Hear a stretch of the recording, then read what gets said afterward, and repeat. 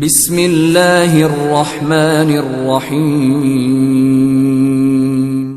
قوم سبت کا ذکر فرمایا اللہ نے۔ ہفتے والے دن کچھ لوگ نافرمانی کرتے ہیں۔ ہمارے بھی ہیلے بہانے ہیں نا آج کل کاروبار میں۔ تو اسی سپارے کی آیت نمبر 65 کے اندر اللہ تعالیٰ نے حضرت داؤد کی قوم کا ذکر کیا کہ اللہ نے انہیں حکم دیا تھا کہ ہفتے والے دن مچھلیاں نہیں پکڑنی۔ تو وہ کہتے تھے چلو ہاتھ لگا کے نہیں پکڑنی، ہاتھ لگا کے۔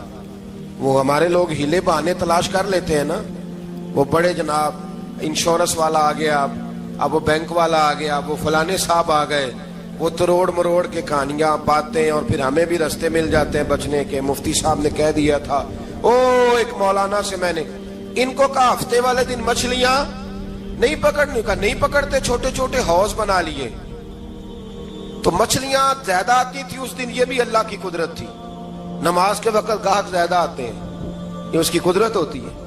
تو وہ مچھلیاں حوض میں جمع ہو جاتی ہیں، یوں سمجھ لیں کہ جال انہوں نے لگا لیے ہوئے تھے، تو جال میں وہ پھنستی رہتی تھی، حوضوں میں آتی رہتی تھی۔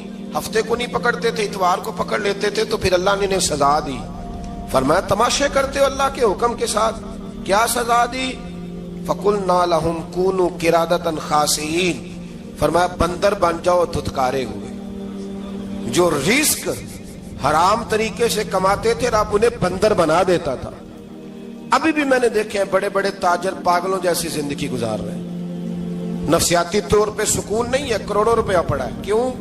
اس لیے کہ رب کے بتائے ہوئے طریقے کے مطابق تجارت نہیں کرتے۔ آگے ایک اور دلچسپ بات آ گئی، بنی اسرائیل کے اندر نا ایک شخص نے اپنے چچا کو قتل کر دیا جائیداد کے لیے۔ یہ دیکھیں کب سے لوگ جائیداد کے لیے قتل کرتے آ رہے ہیں۔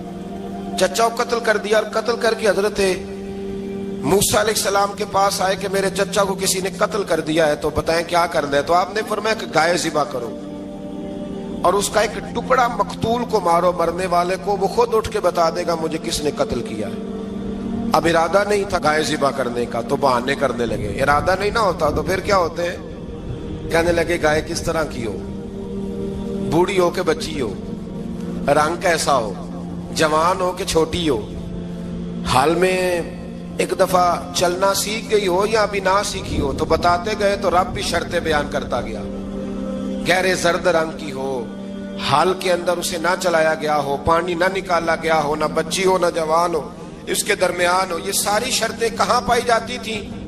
حضرت موسیٰ علیہ السلام کی قوم کا ایک شخص تھا جو اللہ کا ولی تھا۔ وہ جب انتقال کرنے لگا نا، اللہ اکبر، دیکھو رب ولیوں کی اولادوں پر بھی کتنا فضل فرماتا ہے۔ وہ جب انتقال کرنے لگا تو ایک اس کے پاس چھوٹی سی بچیا تھی، گائے کی بچی، اس نے جنگل میں چھوڑ دی۔ کہنے لگا یا اللہ میں تیرے نام پہ چھوڑتا ہوں، میرا بچہ جوان ہو جائے تو اسے دے دینا، اور تو سرمایہ ہی کوئی نہیں۔ بچہ بڑا ہوا تو بچہ بھی بڑا نیک تھا، اپنی ماں کا بڑا فرما بردار تھا۔ اس کی ماں نے کہا بیٹا تیرے باپ نے ایک گائے چھوڑی تھی۔ تو بچہ جنگل میں گیا اور جا کے کہنے لگا اے اللہ میری گائے مجھ سے ملا دے۔ تو رب کریم نے وہ گائے واپس کر دی، وہ گائے گھر لے آیا۔ اب وہ کہنے لگا اماں بیچ دوں، تو اماں کہنے لگی بیٹا میرے پوچھے بغیر نہ بیچنا۔ کئی دفعہ گاہک لگے پر اس نے کہا جب تک میری اماں نہ کہے گی میں بیچوں گا۔ ادھر بنی اسرائیل والے شرطیں جتنی گائے کے بارے میں پوچھ چکے تھے وہ ساری اسی گائے میں پائی جاتی تھی۔ تو یہ ڈھونڈتے ڈھونڈتے وہاں پہنچ گئے، تو کہنے لگے گائے چاہیے۔ تو اس نے کہا بھی تمہاری مرضی سے نہیں، قیمت میری مرضی کی۔ ایک مفسر نے تو یہاں تک لکھا ہے کہ اس نے کہا گائے ذبح کر کے نا، تو جتنا گائے کے اندر گوشت ہوگا نا اتنا ہی کھال کے اندر تو مجھے مال بھر کے دو گے، اتنے سکے بھر کے دو گے، اتنی اشرفیاں بھر کے دو گے تو پھر تمہیں گائے دوں گا۔ تو پھر یہ گائے انہیں ملی اور یہ گائے لے کر کے آئے۔ زیادہ سوالات نہ کرتے تو زیادہ الجھتے نہ۔ ہم بھی دین کے معاملے میں بڑے سوال جواب کرتے ہیں، اتنا سوال کریں جتنی اس کی ضرورت ہے۔ ان لوگوں نے سوالات زیادہ کیے تو پھر الجھ زیادہ گئے۔ تو میرے بھائی اس کا ذکر بھی اللہ تبارک و تعالیٰ نے پہلے پارے کے اندر بیان فرمایا۔ پھر اللہ کریم نے فرمایا کہ کچھ ایسے لوگ بھی ہیں یہودیوں میں سے جن کا دعویٰ ہو گیا ہے کہ ہم اللہ کے بڑے پیارے ہیں۔ فرمایا یہ صرف ان کے منہ کی باتیں ہیں، یہ تو قیامت میں پتہ چلے گا نا کہ اللہ کا پیار کس کے ساتھ زیادہ ہے۔ اور پھر یہ بھی یہودیوں نے دعویٰ کیا ہے، اسی پارے میں اللہ فرماتے ہیں کہ ان کا دعویٰ ہے کہ ہم اللہ کے بڑے پیارے ہیں، جنت میں ہم ہی جائیں گے، تو اللہ فرماتے ہیں پھر مرنے کی دعا تو کرو، جنت میں تو مر کے جانا ہے نا۔ لیکن رب فرماتے ہیں یہ کبھی مرنے کی دعا نہیں کریں گے، اس لیے کہ انہیں پتہ ہے کہ ہم نے آخرت کے لیے کیا بھیجا۔ لے جی پہلا حکم آ گیا، یا ایھا الذین آمنوا کہہ کے پہلی آیت قرآن پاک کی، پہلے سپارے میں پہلی آیت جس میں اللہ نے کہا یا ایھا الذین آمنوا، تو پہلا حکم آمنوا کہہ کے آیت نمبر 104 میں جو اللہ نے حکم دیا ہے نا، وہ نبی پاک کی تعظیم کا حکم ہے۔ پہلا حکم ہی اللہ نے حضور کی عزت اور ناموس کا ارشاد فرمایا، پہلا اس ترتیب کے لحاظ سے۔ وہ ہوا یہ کہ جب نبی پاک کو بات ارشاد کرتے تو صحابہ کرام اٹھ کے عرض کرتے رائینا یا رسول اللہ، حضور سمجھ نہیں آئی ذرا رعایت کر دے۔ تو یہودیوں کی عبرانی زبان کے اندر نہ ذرا کھینچ کے پڑھتے تھے رائینا، تو اس کا معنی بنتا تھا معاذ اللہ اے ہمارے چرواہے، بکریاں چرانے والے کو بھی وہ رائینا کہتے تھے۔ تو جب صحابہ یہ کہنے لگے تو اللہ نے منع ہی کر دیا، فرمایا میرے محبوب کے غلاموں، اس لفظ کے پیچھے چھپ کے، اس لفظ کے پیچھے چھپ کے لوگ میرے نبی کی بے ادبی کر جاتے ہیں، تو جس لفظ کا کوئی ایک معنی بے ادبی والا بنتا ہو وہ لفظ بھی میرے نبی کے لیے نہ کہو، لفظ وہ والے کہو جس میں کوئی بے ادبی کا معنی نکلے نہ۔ یہاں لوگوں نے بڑے بڑے لفظ نہیں بول دیے، پھر کہتے میرا مطلب یہ تھا، میرا مطلب وہ تھا، تو تو نے وہ لفظ بولا کیوں جس کا کوئی غلط مطلب بھی نکل سکتا تھا۔ اللہ نے فرمایا یا ایھا الذین آمنوا لا تقولوا رائینا، اے ایمان والو رائینا کہو ہی نہ۔ تو یا اللہ کیا کہیں؟ فرمایا وقولوا انظرنا، تم کہو یا رسول اللہ ایک نظر فرمائیے، انداز دیکھیے، انظرنا ایک نظر۔ تو ہمارے بزرگ تو پہلے ہی بڑے پیار والوں نے کہہ دیا یا رسول اللہ انظر حالنا، کہتے کہاں سے لاتے ہو جملے؟ میں نے کہا اللہ کی کتاب سے، یا رسول اللہ انظر حالنا یا حبیب اللہ اسمع قالا، تو تم کہو انظرنا، محبوب نظر کرم کرے، واسمعوا، اور کیا ضرورت ہے دوبارہ پوچھنے کی؟ اللہ کہتا ہے پہلے ہی دھیان سے سنا کرو، پہلے ہی واسمعوا، پہلے ہی احتیاط سے سنو، وللکافرین عذاب علیم، اور کافروں کے لیے دردناک عذاب ہے۔ لے جی اسی پارے میں اللہ تبارک و تعالیٰ نے پھر اہل یہود کا ذکر کیا، تو یہود کہنے لگے کہ ہم حضرت ابراہیم کے ماننے والے ہیں، تو اللہ کریم نے وہ بھی ذکر کیا کہ میں نے تو ابراہیم کو آزمایا ہے، وَإِذِ ابْتَلَىٰ إِبْرَاهِيمَ رَبُّهُ بِكَلِمَاتٍ فَأَتَمَّهُنَّ، ہم نے ابراہیم کو کچھ چیزوں سے آزمایا ہے، وہ ہماری آزمائش پہ پورے اترے۔ قَالَ إِنِّي جَاعِلُكَ لِلنَّاسِ إِمَامًا، تو پھر ہم نے انہیں کہا کہ ہم آپ کو پوری دنیا کا امام بنائیں گے۔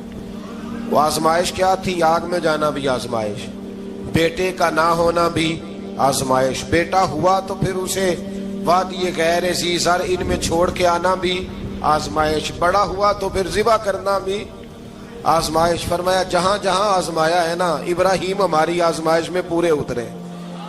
فرمایا تو مفت میں حضرت ابراہیم کی اولاد بنتے ہو اور ان کا نام لیتے ہو اور ان کے ساتھ اپنا تعلق بناتے ہو، دیکھو تو صحیح وہ کتنی آزمائشوں سے گزرے۔ تو اس کا بھی اللہ نے اسی میں ذکر فرمایا۔ اور پھر وہ بات کرتے تھے حضرت یعقوب کی اور حضرت اسحاق کی، تو فرمایا وہ تو ہمارے اتنے خاص بندے تھے کہ وصال کے وقت بھی انہوں نے اپنی اولادوں کو نصیحت فرمائی تھی کہ اللہ کی توحید پہ قائم رہنا، اس کا ذکر بھی اللہ نے اسی پارے میں بیان فرمایا۔ اور جو حضرت ابراہیم اور جناب اسماعیل نے کعبہ تعمیر کیا تو اس کا ذکر بھی اللہ تعالیٰ نے اسی بارے میں فرمایا۔ فرمایا جب وہ کعبہ بنا رہے تھے تو کہہ رہے تھے ربنا تقبل منا، کہہ رہے تھے اے اللہ بنا ہم نے دیا ہے پر مہربانی فرما ہم سے قبول فرما لے۔ تو جو آیہ کریمہ آخر میں عرض کرنا چاہتا ہوں اس پر بھی تھوڑی توجہ فرمائیں گے تو بات بڑی نکھر کے باہر آئے گی۔ یہ 16ویں رکوع کے اندر اللہ نے پھر یہود کا اور عیسائیت کا ذکر فرمایا تو اللہ کریم نے ایک بات ارشاد فرمائی۔ یہودیوں کے ہاں جب کوئی بچہ پیدا ہوتا تھا پیلے رنگ کے ساتھ اس کو رنگتے تھے، یا کوئی خاص رنگ تھا ان کا، بچہ پیدا ہوتا تو اس پر وہ رنگ چڑھاتے کہ یہ جی ہمارے مذہب کا رنگ ہے۔ ہمارے ہاں بھی رسمیں ہیں نا اپنی اپنی، معاذ اللہ اپنی اپنی نہیں ہونی چاہیے، اللہ رسول کا حکم ہونا چاہیے۔ تو یہودیوں کے ہاں بچہ پیدا ہوتا تو ایک خاص رنگ چڑھاتے، عیسائیوں کے ہاں پیدا ہوتا تو وہ بھی ایک خاص رنگ چڑھاتے۔ تو مسلمانوں کے ہاں بچے پیدا ہوئے تو انہوں نے بھی توجہ کی کہ یہ کیا ہو رہا ہے، تو رب کریم نے فرمایا صبغۃ اللہ، رنگ اللہ کا ہی ہے، ومن احسن من اللہ صبغہ، اور فرمایا اللہ کے رنگ سے زیادہ خوبصورت کس کا رنگ ہو سکتا ہے؟ اللہ کا رنگ کیا ہے؟ لا الہ الا اللہ محمد الرسول اللہ صلی اللہ علیہ، فرمایا نیلے پیلے کالے رنگ نہ چڑھاؤ، اپنے ذہن پر توحید و رسالت کا رنگ چڑھاؤ، یہ سب سے بہترین رنگ ہے۔ اگر تمہارے ذہنوں پر رب رسول کی توحید کا رنگ چڑھ گیا تو یہ وہ والا رنگ ہے، پھر تمہیں کسی اور رنگ کی طرف جانے کی ضرورت نہیں پڑے گی۔ تو فرمایا رنگ وہ پیدا کرو جو توحید کا ہے، رسالت کا ہے، اس رنگ کی توجہ کرو۔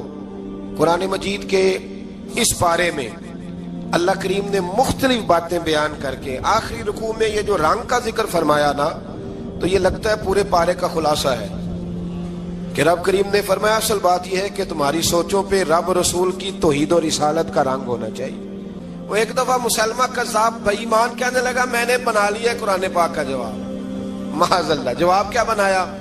وہ سورت ہے نا القاریۃ ما القاریۃ وما ادراک ما القاریۃ، کھڑکھڑانے والی کیا ہے؟ کھڑکھڑانے والی تمہیں کیا پتا کیا ہے؟ کھڑکھڑی قیامت کا ذکر ہے۔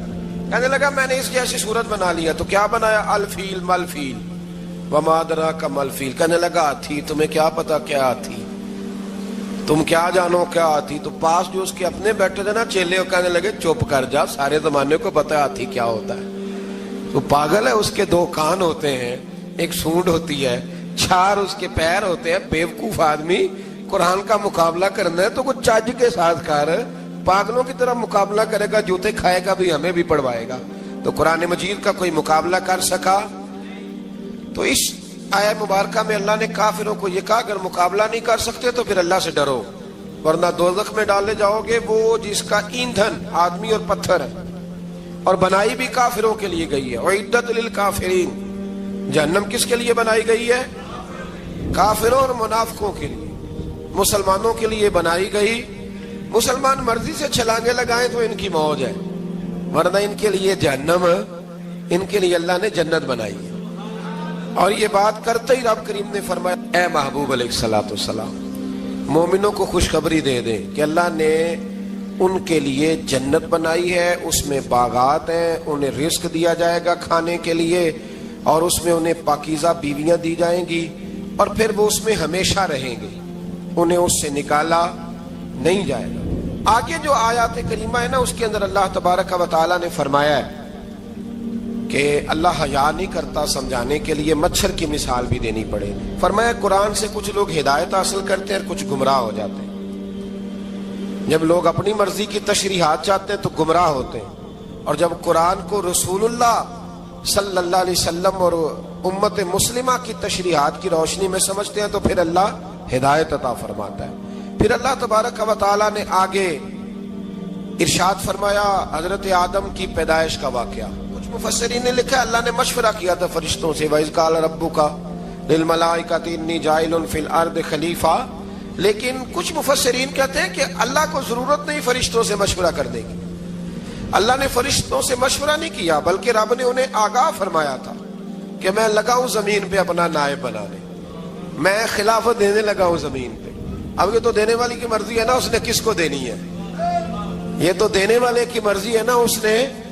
تو کچھ لوگ کہتے ہیں کہ دینے والے سے زیادہ ہمیں پتہ ہے، تو فرشتوں کو بھی یہ اجتہادی خطا ہو گئی، کہنے لگے یا اللہ اسے نہ بنانا، یہ فساد کرے گا، یہ خون ریزیاں کرے گا۔ تو اللہ نے فرمایا جو میں جانتا ہوں وہ تم، اللہ اکبر۔ امام راضی فرماتے جب رمضان آتا ہے تو اللہ فرشتوں سے کہتا ہے ذرا یہ کھول کے دروازے دیکھو نا یہ زمین پہ کیا کر رہے ہیں، تم تو کہتے تھے فساد کریں گے اور یہ سارے تراویحیں پڑھ رہے ہیں، تم تو گویا کہتے تھے فساد کریں گے اور یہ تو دیکھو گویا رمضان کے روزے رکھ رہے ہیں، یہ تو میری یاد میں نکلے ہوئے ہیں، تم کچھ کہتے تھے اور دیکھو میں نے تمہیں کہا تھا نا جو میں جانتا ہوں وہ تم۔ اللہ نے پھر حضرت آدم علیہ السلام کو تمام زمانے کے علوم عطا کیے، علم سکھا لیا۔ تو فرشتوں سے کہا تم بھی ان چیزوں کے نام بتاؤ، تو وہ بتا سکے نہیں۔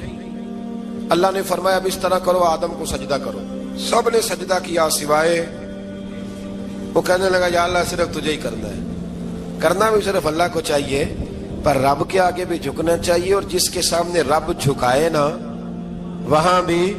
اور یہ جو عاجزی ہے نا، یہ جو جھکنا ہے، یہ علم کے آگے ہے. ہماری مصیبت یہ ہے کہ ہم علم کے آگے بھی گردن جھکانے کو تیار نہیں ہوتے، وہاں بھی ہم خود عالم فاضل بن جاتے ہیں. تو فرمایا کہ سب سے کا سجدہ کرو، سب نے سجدہ کیا سوائے ابلیس کے. تو پھر ہوا کیا؟ وَكَانَ مِنَ الْكَافِرِينَ، وہ کافروں میں سے ہو گیا. پھر اللہ نے حضرت آدم کو اور جناب حوا کو نا مقام دے دیا جنت میں رہنے کے لیے، اور کہا سارا کچھ کھانا، درخت کے قریب نہ جانا. ابھی آپ کسی سے کہہ دیں تھوڑا سا کہ پیچھے نہ دیکھنا، یعنی اگر میری سمجھ لے ادب کی وجہ سے کوئی 1.5-2 منٹ یا 6 منٹ نہیں بھی نہ دیکھے گا تو سوچے گا ضرور کہ پتہ نہیں اب پیچھے کیا ہے، مصیبت کیا ہے. یعنی آپ کہہ کے دیکھ لیں کسی کو، پیچھے نہ دیکھنا. فطرت ہے نا انسان کی، وہ جستجو کرتا ہے، کہا اس درخت کے پاس نہ جانا. تو حضرت حوا سلام اللہ علیہا کہتے ہیں دل میں خیال رہتا تھا کہ آخر ہے کیا درخت کے پاس. یہی انسان کا عقیدہ توحید ہے کہ جہاں سے رب منع کر دے وہاں وہ منع ہو جائے. اور یہ ان کی خطا نہیں تھی، یہ اللہ کی حکمت تھی، چونکہ رب نے تو پہلے کہہ دیا تھا بنایا ہی زمین کے لیے، تو یہ تو سارا کچھ ہونا تھا تو زمین پہ آنا تھا نا. تو حضرت حوا اور جناب آدم کے پاس شیطان آیا، اب اس کو نکال تو دیا تھا پر ابھی اس کا جنت میں آنا جانا بند نہیں ہوا تھا، یہ بھی اللہ کی حکمت تھی. تو وہ کہنے لگا تمہیں پتہ ہے بعد میں مر جاؤ گے. تو حضرت حوا کہنے لگی کیا موت بھی آئے گی؟ کہاں، اس کی تکلیف بھی بڑی ہوگی، تو پھر بچیں گے کیسے؟ تو کہنے لگے پھل کھا لو اس درخت کا. تو بچنے کے لیے پھل کھایا تھا. اس طرح لوگ آج بہت سارے کام بچنے کے لیے کرتے ہیں پر بچ سکتے، بچنے کے لیے پھل کھایا تو اللہ نے فرمایا زمین پہ چلے جاؤ. تو حضرت آدم زمین پہ آئے، پھر کئی 100 سال روتے رہے. فَتَلَقَّى آدَمُ مِن رَبِّهِ کَلِمَاتٍ، تو پھر اللہ نے خود ہی جناب آدم کو کچھ کلمے سکھائے. علامہ اسماعیل حقی فرماتے ہیں وہ کلمے یہ تھے کہ حضرت آدم نے میرے نبی کا وسیلہ پیش کیا، اللہ کریم نے جناب آدم کی دعا کو مقبول فرما لیا. پھر آگے بنی اسرائیل کا ذکر آ جاتا ہے. اللہ تعالیٰ نے بنی اسرائیل، آج آپ اسی قوم کو یہودی کہتے ہیں، ان کو اللہ نے اس زمانے میں فضیلت عطا کی تھی بہت زیادہ. تو عرب کے اندر جب نبی پاک علیہ السلام نے اعلان نبوت کیا تو کچھ لوگوں نے یہ کہہ دیا کہ اگر یہ یہودی کلمہ پڑھ لیں گے تو ہم بھی پڑھ لیں گے. تو پھر اللہ نے انہیں یاد کرایا کہ تم اصل میں کیا ہو، تمہیں کلمہ پڑھنا چاہیے.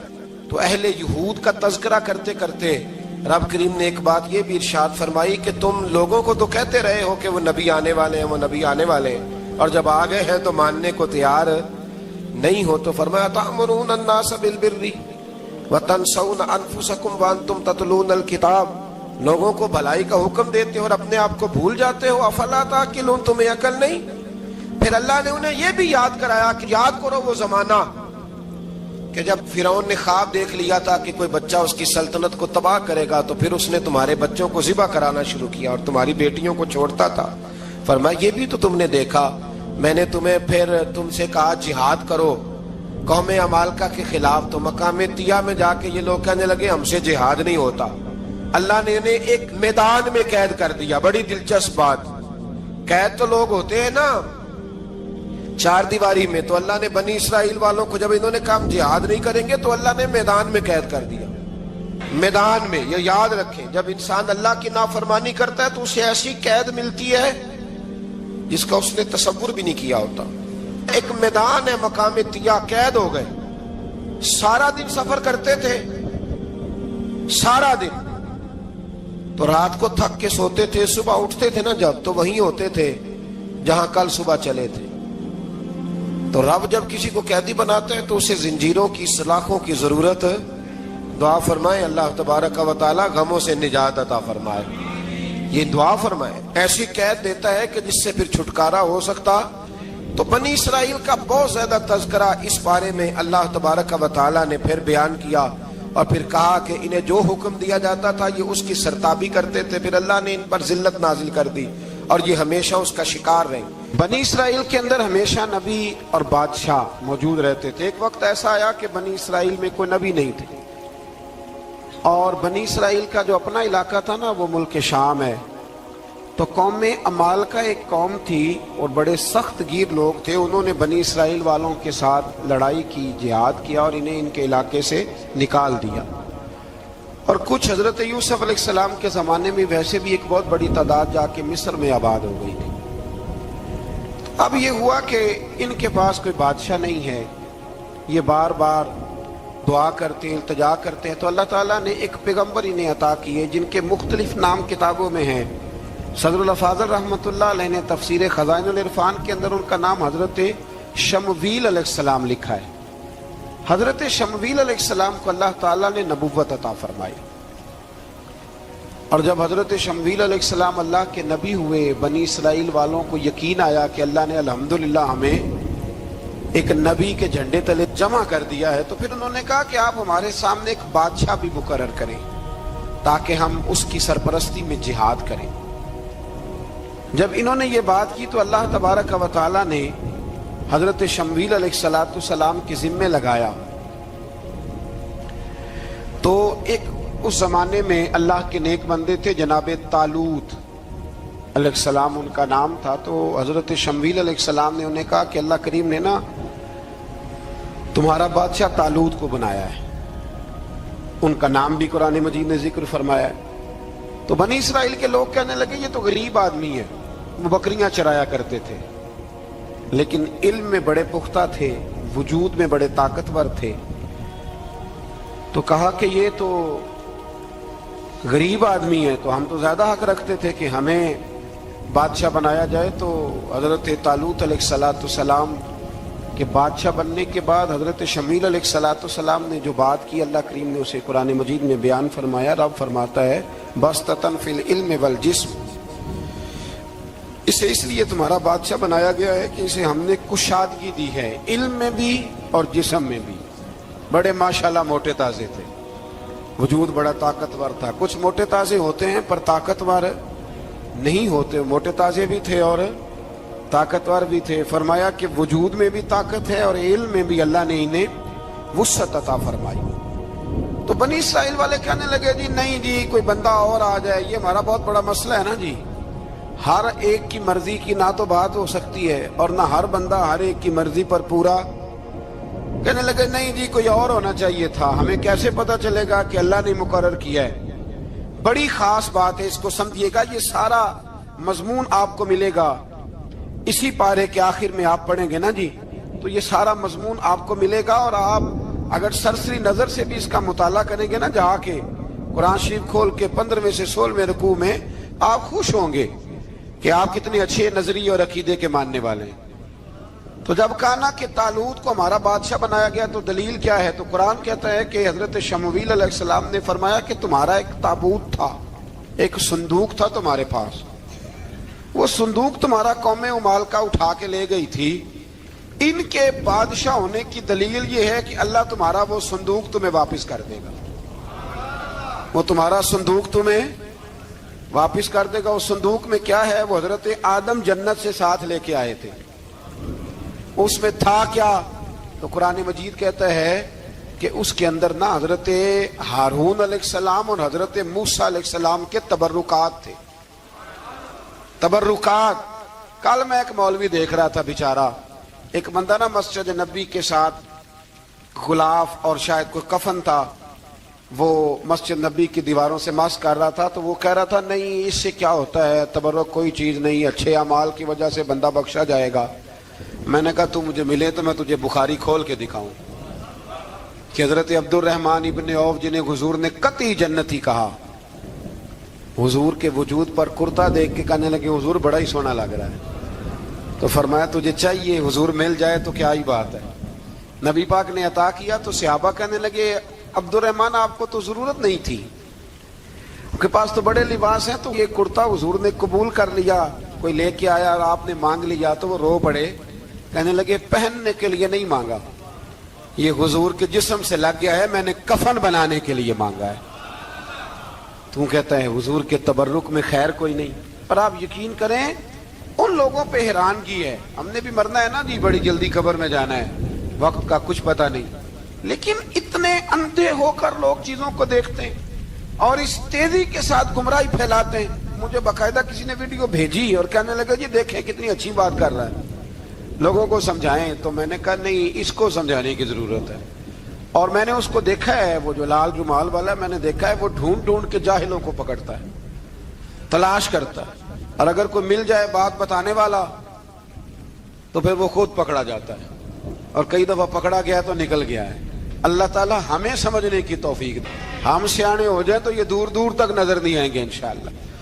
تو وہ تابوت آئے گا, بنی اسرائیل والوں سے کہا تابوت میں کیا تھا سن لو, اور یہ قرآن مجید ہے. آج میری ماننا یہ 15 میں سے 16واں رکوع ضرور ہی پڑھنا کہ وہ آخر تابوت میں کیا تھا, کھولنا ذرا. قرآن مجید کہتے ہیں کہ حضرت موسیٰ علیہ السلام اور حضرت ہارون کے تبرک تھے. تو تبرک کیا تھے؟ تمام مفسرین نے لکھا ہے کہ حضرت موسیٰ کا ایک کرتا تھا, ایک ڈنڈا تھا, جوتے تھے, اور جناب ہارون علیہ السلام کا امامہ شریف تھا, اور تورات کی کچھ تختیاں تھی. تو اس کا فائدہ کیا تھا؟ اس تابوت کا فائدہ یہ تھا کہ بنی اسرائیل والے جب اپنے دشمنوں سے لڑتے تھے تابوت سامنے رکھ کے دعا مانگتے تھے, اللہ انہیں کامیابی عطا کر دیتا تھا. تو قوم عمالقہ کو بھی پتہ چل گیا کہ صندوق میں کچھ شے ہے جس کی وجہ سے یہ کامیاب ہو جاتے. وہ صندوق اٹھا کے لے گئے. اب ان کی کم بختی یہ, کم نصیبی یہ کہ انہوں نے جا کے اسے روڑی پہ پھینک دیا. جب روڑی پہ پھینکا تو ان کے اندر بیماریاں آ گئیں, وبائیں پھوٹ پڑی, مرنے لگے, وجود پھولنے لگا. پھر ان کے دلوں میں بات آئی کہ یہ ہم نے اس صندوق کی بے ادبی کی ہے. صندوق میں کیا ہے؟ تبرکات. ہمیں کہتے ہیں جی نالین کا نقشہ کیوں لگایا ہے؟ تمہارے تو بزرگوں کا عقیدہ ہے سر پہ رکھنے کو مل جائے اگر نقش نالے پاک حضور تو پھر کہیں گے کہ ہاں تاجدار ہم بھی ہیں. تو کہا کہ اس کے اندر یہ تبرکات تھے. انہیں بھی سمجھ میں آئی تو انہوں نے نا بیل گاڑی منگائی اور وہ صندوق اٹھا کے اس کے اوپر رکھ دیا. اب کیا ہوا؟ قرآن کہتا ہے کہ فرشتوں نے نا اس صندوق کو وہاں سے اٹھایا. مفسرین نے لکھا اس کا معنی یہ بھی ہو سکتا ہے کہ اس بیل گاڑی کو ڈائریکشن پہ لگایا. ادھر سے حضرت شمویل علیہ السلام نے جناب طالوت کو بادشاہ بنا دیا, اور ادھر سے وہ صندوق چل پڑا. کہا بھئی ہم ان کو کیسے بادشاہ مانے؟ تو فرمایا بادشاہ اس طرح مانو گے کہ تمہارا وہ صندوق آ جائے گا. اور قرآن کہتے ہیں اس صندوق میں تمہارے دلوں کا سکون ہے, اس میں تمہارے دلوں کا. اور بھائی ہماری تو کوشش ہوتی ہے بزرگوں سے کوئی چیز مل جائے, اللہ والوں کا کوئی تبرک ہمارے ہاتھ آ جائے. تو وہ صندوق آ گیا, یہ مان گئے. اب جہاد کرنے نکلے تو لڑنا تھا جالوت کی قوم کے ساتھ. وہ بڑا سخت آدمی تھا, 3 من سونا اس نے وجود پہ پہنا ہوتا تھا. اس کی قوم سے لڑنا ہے, ٹوپی بڑی تگڑی پہنی ہوتی تھی لوہے کی. اب کون لڑے؟ ایک نوجوان تھے جن کا نام تھا داؤد علیہ السلام. وہ بھی بکریاں چرایا کرتے تھے. اور جن دنوں حضرت طالوت نکلے نا اپنی قوم کو لے کر جالوت کے خلاف لڑنے تو حضرت داؤد بھی شامل ہو گئے. اللہ جب کسی کو نوازتا ہے نا تو پھر خاص ہی کرم نوازی کرتا ہے. مفسرین نے لکھا جب یہ جا رہے تھے نا, وہاں جا رہے تھے تو رستے میں انہیں 3 پتھر مل گئے. انہوں نے وہ تینوں پتھر اٹھا لیے. اس زمانے میں پتھر پھینکنے کے لیے چھوٹی چھوٹی لوگوں کے پاس چیزیں ہوا کرتی تھی. اس کو کوپھن بھی لوگ کہتے تھے, منجنیک, اس کو سامنے رکھ کے پھر بنائی گئی. تو آپ کے پاس بھی وہ آلہ تھا جس سے دشمن پر پتھر مارے جاتے تھے. تو آپ وہ مشین لے کر, وہ آلہ لے کر وہاں پہنچے ہوئے تھے. 3 پتھر آپ کے پاس تھے. آپ فرماتے اس دن میں بڑا بیمار تھا, اتنا بیمار تھا کہ میرا رنگ پیلا ہو گیا.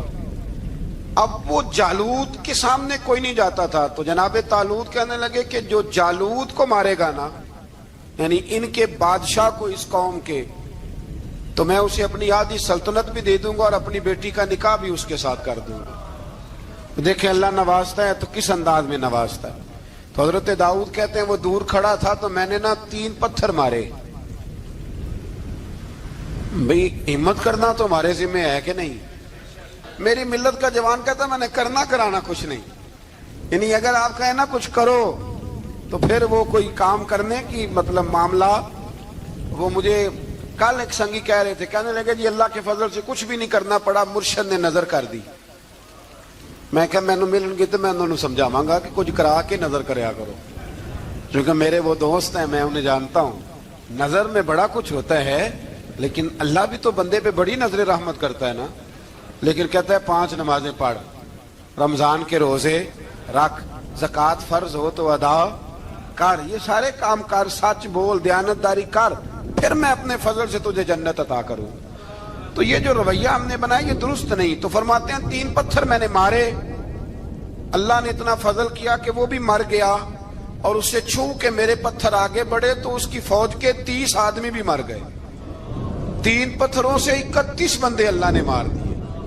فرماتے اس لیے کہ ہاتھ میرے تھے اور طاقتیں میرے رب کریم کی تھی. تو حضرت داؤد علیہ السلام کے حصے میں جناب طالوت کی صاحبزادی بھی آئی, آدھی سلطنت بھی آئی. کافی سال حضرت طالوت حیات رہے, پھر ان کا وصال ہو گیا, تو ساری سلطنت حضرت داؤد کو ملی, اور پھر اللہ تبارک و تعالیٰ نے انہیں نبوت بھی عطا فرمائی. یہ دنیا میں واحد پیغمبر ہیں جو بیک وقت نبی بھی تھے اور بادشاہ بھی تھے. اور پھر اللہ نے فضل فرمایا, انہوں نے بڑی بڑی فتوحات کی. اور پھر حضرت داؤد کے صاحبزادے کا نام حضرت سلیمان علیہ السلام, پھر ان کے صاحبزادے کا نام حضرت. تو یہ ہوا کیسے؟ یہ سارا کچھ اللہ تبارک و تعالیٰ کے فضل سے ہوا, اس کے کرم سے ہوا. اب اس واقعہ سے ہمیں کیا پتہ چلتا ہے؟ ہمیں یہ پتہ چلتا ہے کہ رب جب فضل فرمائے نہ کسی پہ بھی, تو ہمیں اس بندے کو دیکھ کے راضی ہونا چاہیے, کوئی شکوہ نہیں کرنا چاہیے. اور دوسری بات یہ سمجھ لینا چاہیے کہ حکومتیں, مال, دولت یہ صرف سیاستوں سے نہیں ملتی, یہ خدا کے فضل سے ملتی. اور یہ بھی سمجھ لینا چاہیے کہ جو بزرگوں کے تبرکات ہوتے ہیں ان کی کیا ہی بات ہوتی ہے. چند باتیں ایسی تھیں کہ میرا دل کرتا تھا ان کو دہرایا جائے, اور خاص کر کے ان باتوں پر توجہ کی جائے. یہاں نا اللہ تبارک و تعالیٰ نے ان باتوں میں سے ایک بات کا ذکر فرمایا ہے. یہاں 207 نمبر جو آیت ہے نا اسی پارے کی, اس میں اللہ کریم نے فرمایا کچھ لوگ ایسے ہیں جو اپنی جانیں ہی اللہ کے حوالے کر دیتے ہیں. زندگی کا مقصد دین ہوتا ہے, لٹا دیتے. یہ نازل کب ہوئی؟ یہ آیت مبارکہ حضرت صہیب رومی کے بارے میں نازل ہوئی. حضرت صہیب رومی رضی اللہ تعالیٰ عنہ بڑے مالدار تھے. مکے سے جب چلے نا تو سارا مال مکے میں چھوڑ دیا, اس لیے کہ اللہ کے رسول مدینے چلے گئے. فرماتے ہیں پھر میں نے مال و دولت کی پرواہ نہیں کی, پھر میں نے یہ سوچا کہ میں نے اپنے حبیب کے پاس طیبہ کے لیے جب نکلا تو کفار نے, قریش مکہ نے روکا, ہم نہیں جانے دیں گے. تو حضرت صہیب رومی فرمانے لگے بھی سنو, میں کمزور نہیں, میں طاقتور آدمی ہوں, اور تم میں سے کوئی ایسا مائی کا لال نہیں جو تیر چلانے میں مجھ سے زیادہ سیانا ہو, تلوار چلانے میں مجھ سے زیادہ عقل مند ہو. جانا مدینے میں نے ہے. اب یہ ہے کہ تم بتاؤ میرے ساتھ تیروں تلواروں سے لڑو گے یا میں تمہیں ایک سودا بتاؤں, وہ سودا کرو گے؟ قریش کہنے لگے سودا کیا ہے؟ کہنے لگے میرا بڑا مال ہے, میں مکے میں دفن کر کے آیا ہوں, تم مجھے مدینے جانے دو, میں تمہیں سارے مال کا پتہ بتا دیتا ہوں. ہزاروں لاکھوں میں تھا مال تجارت. دیکھیں جب صحابہ مدینے جاتے تھے تو کتنی قیمت دے کے جایا کرتے تھے. تم مجھے جانے دو, میں تمہیں وہاں کا پتہ بتاتا ہوں. انہوں نے کہا جی بات ٹھیک ہے, آپ پتہ بتا دیں. حضرت صہیب نے ساری زندگی کی جمع پونجی ہزاروں لاکھوں میں ساری دے دی اور مدینے کے لیے تیار ہو گئے. اللہ کریم نے اس بات کو بڑا ہی پسند فرمایا اور فرمایا وَمِنَ النَّاسِ مَن يَشْرِي نَفْسَهُ ابْتِغَاءَ مَرْضَاتِ اللَّهِ. فرمایا کچھ لوگ ایسے ہیں جو اپنی جانیں ہی بیچ دیتے ہیں اللہ کی رضا حاصل کرنے کے لیے, اپنی جانیں بیچ دیتے ہیں. نَفْسَهُ ابْتِغَاءَ مَرْضَاتِ اللَّهِ, اللہ کی رضا حاصل کرنے کے لیے اپنی جانوں کو بیچ دیتے ہیں. تو فرمایا پھر اللہ کیا کرتا ہے؟ فرمایا واللہ رؤوف بالعباد, پھر اللہ بھی اپنے بندوں پر بڑا ہی رحم فرمانے والا ہے. جب یہ سارا مال دے کے مدینے پہنچے نا تو ان کے استقبال کے لیے جناب عمر پہلے سے موجود تھے. حضرت عمر ریسیو کر کے نبی کریم کی بارگاہ میں لے گئے تو فرماتے ہیں حضور نے مجھے دیکھتے ہی فرمایا صہیب زندگی میں تم نے بڑی تجارتیں کی ہوں گی, پر یہ جو تم نے سودا کیا ہے نا یہ بڑا ہی نفع والا کیا ہے. یہ جو سودا فرمایا یہ تو نے بڑا. تو دین کے لیے جب آپ کوئی کام کرتے ہیں تو یہ سودا بڑا نفع والا. ایک مضمون اور یہاں ہے 216 نمبر آیت میں, وہ بھی بڑا ہی سمجھنے والا ہے. اللہ کریم نے جب جہاد فرض کیا نا تو فرمایا کتب علیکم القتال، ہم نے تم پر قتل کرنا، قتال کرنا فرض کیا ہے۔ فرمایا ہو سکتا ہے تمہیں یہ کراہت محسوس ہو، مشکل لگے، برا لگے۔ ایک بات جو آج کی نصیحت ہے اور مضامین قرآن جو ہم سیکھ رہے ہیں اس کے اندر سے ہمیں یہ خاص چیز ہے، اس کو سمجھنا چاہیے۔ اللہ کریم نے فرمایا کہ تم پر جہاد فرض کیا گیا ہے، وَهُوَ كُرْهٌ لَكُمْ، ہو سکتا ہے تمہیں ناپسند ہو، تو ایک نہ ساری زندگی کے لیے ایک نصیحت کر دی۔ فرمایا وَعَسَىٰ أَن تَكْرَهُوا شَيْئًا، ہو سکتا ہے تم کسی چیز کو ناپسند کرو، وَهُوَ خَيْرٌ لَكُمْ، اور وہ تمہارے لیے اچھی ہو۔ اللہ اکبر، یہ وہ بات ہے اگر سمجھ میں آ گئی تو کلیجہ ٹھنڈا ہو گیا، زندگی سکون میں آ گئی۔ فرمایا ہو سکتا ہے تم کسی چیز کو ناپسند کرو اور وہ تمہارے لیے بہتر ہو۔ وَعَسَىٰ أَن تُحِبُّوا شَيْئًا، ہو سکتا ہے تم کسی چیز سے محبت کرو، وَهُوَ شَرٌّ لَكُمْ، اور وہ تمہارے لیے بری ہو، اچھی۔ بس میرے رب نے ایک بات مسلمان کو بتا دی جو جینے کے لیے بڑی کافی ہے۔ فرمایا تم میرے اور میرے رسول کے حکم پر چلو۔ کیوں؟ اس لیے کہ واللہ یعلم وانتم لا تعلمون، اللہ جانتا ہے تم نہیں جانتے۔ ہمیں بے قراری زندگی میں اس لیے کہ ہم حقیقت پسند نہیں، ہم بہانوں میں، ہم ہواؤں میں جیتے ہیں، ہواؤں میں، خیالات میں زندگی گزارتے ہیں۔ بڑا ٹائم پڑا ہے، مثلاً کتنا میرے رسول کریم صلی اللہ تعالی علیہ وآلہ وسلم نے ایک دن صحابہ سے فرمایا تمہیں حیا نہیں آتی؟ حضور کیا ہوا؟ فرمایا وہ والے مکان بناتے ہو جن میں تم رہ نہیں سکتے، وہ والا مال جمع کرتے ہو جو کھا نہیں سکتے، حیا نہیں آتی؟ عرض کی حضور حکم کریں تو محبوب فرمانے لگے جوتے کا ایک تسمہ بند کرتا ہوں تو سوچتا ہوں دوسرا بند کرنے سے پہلے موت آ جائے گی، ایک سانس اندر جاتی ہے تو دوسرا آنے سے پہلے میں یاد کرتا ہوں کہ مجھے دنیا سے جانا ہے۔ تمہیں حیا نہیں آتی؟ وہ مکان بناتے ہو جن میں رہ ہی نہیں سکتے، وہ مال جمع کرتے ہو جو کھا، حقیقت پسند نہیں بھائی۔ ہم بہت سارے لوگ ہیں بڑی باتیں سناتے ہیں، بڑی، میں کہتا ہوں اصل میں نا زیادہ باتیں سنا کے نا بیچارہ اپنے آپ کو مطمئن کرنا چاہتا ہے، اصل بات یہ ہے کہ اندر سے نا ہلا ہوا ہے، کچھ بھی نہیں، بڑا زیادہ ہنستا ہے اور مجھے لگتا ہے کہ کوئی گہرا زخم چھپا رہا ہے۔ اس لیے ملمہ سازی، حقیقت پسند بنو، حقیقت پسند۔ یاد رکھنا من ترک صلاۃ متعمدا فقد کفر، میرے رسول نے حقیقت بیان کی، فرمایا جس نے ایک نماز بھی جان بوجھ کے چھوڑی اس نے رب کے رب ہونے کا انکار کیا، اس نے کفران نعمت کیا۔ یہ حقیقت ہے، کوئی کلیریفیکیشن نہیں، کوئی وضاحت نہیں۔ جو نماز نہیں پڑھتا، جھوٹ بولتا ہے، غلط بیانی کرتا ہے، جو شخص رزق حرام کما کے کہتا ہے کہ اس کے بغیر گزارا نہیں چلتا، وہ جھوٹ بولتا ہے۔ اس لیے کہ رب فرماتا ہے جب تجھے پیدا کیا ہے تو تیرا رزق میرے ذمہ ہے۔ اللہ فرماتا ہے کہ لا یکلف اللہ نفسا الا وسعہا، میں کسی پر وہ بوجھ نہیں ڈالتا جو اٹھا نہ سکے۔ نماز فرض کیا اس کا مطلب ہے ہم پڑھنے کے قابل ہیں، اس نے ہمارے ذمہ داریاں لگائی ہیں تو مطلب یہ ہے کہ ہم ذمہ داریاں ادا کرنے کے قابل ہیں، ورنہ وہ کہتا ہے میں وہ بوجھ ڈالتا ہی نہیں جو تجھ سے اٹھایا نہ جائے۔ اگر چاہتے ہو کہ زندگی میں اطمینان ملے تو خدا را حقیقت پسند والی زندگی گزارو۔